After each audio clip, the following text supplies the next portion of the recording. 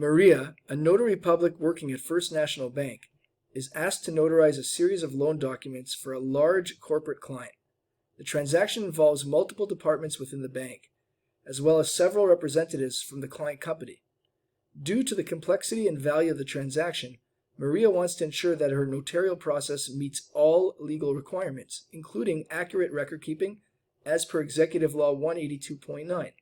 Which of the following actions should Maria take to comply with the record keeping requirements?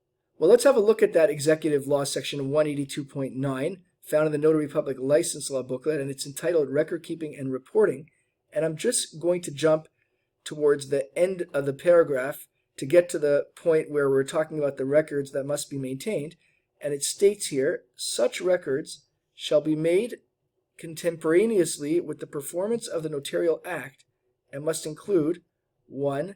The date, approximate time, and type of notarial acts performed. 2. The name and address of any individuals for whom a notarial act was performed. 3. The number and type of notarial services provided. 4. The type of credential used to identify the principal, etc. And 5. The verification procedures used for any personal appearance before the notary public. Subsection 6 is for electronic notarial acts, which does not apply to this question. So with all this in mind, let's have a look at our 4 choices to determine the solution. Choice A states, only record the names of the client representatives in our records, as the bank's internal documents will capture the rest of the details. Now this is incorrect, because whether or not the bank's internal documents contain the rest of the details does not take away from the notary public's responsibility to record all those details that I went through in the law before, and therefore choice A is not the correct solution. Choice B states, document each notarial act, including the date, approximate time, type of notarial acts performed, names and addresses of all individuals for whom a notarial act was performed, the number and type of notarial services provided, the verification procedures used for any personal appearance, and the type of credential used to identify each principal. This aligns precisely with the law that I read from before, but to make sure and to be in the habit of looking at all choices before marking the correct one, let's have a look at choices C and D.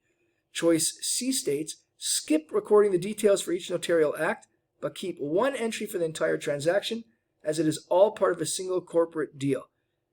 Now, the fact that it's part of a single corporate deal, once again, does not take away from the notary public's requirement to record the details of each notarial act, and therefore choice C is not the correct solution. Choice D states, record the transaction but omit details about the client representatives, as this is a corporate entity and individual identities are not required.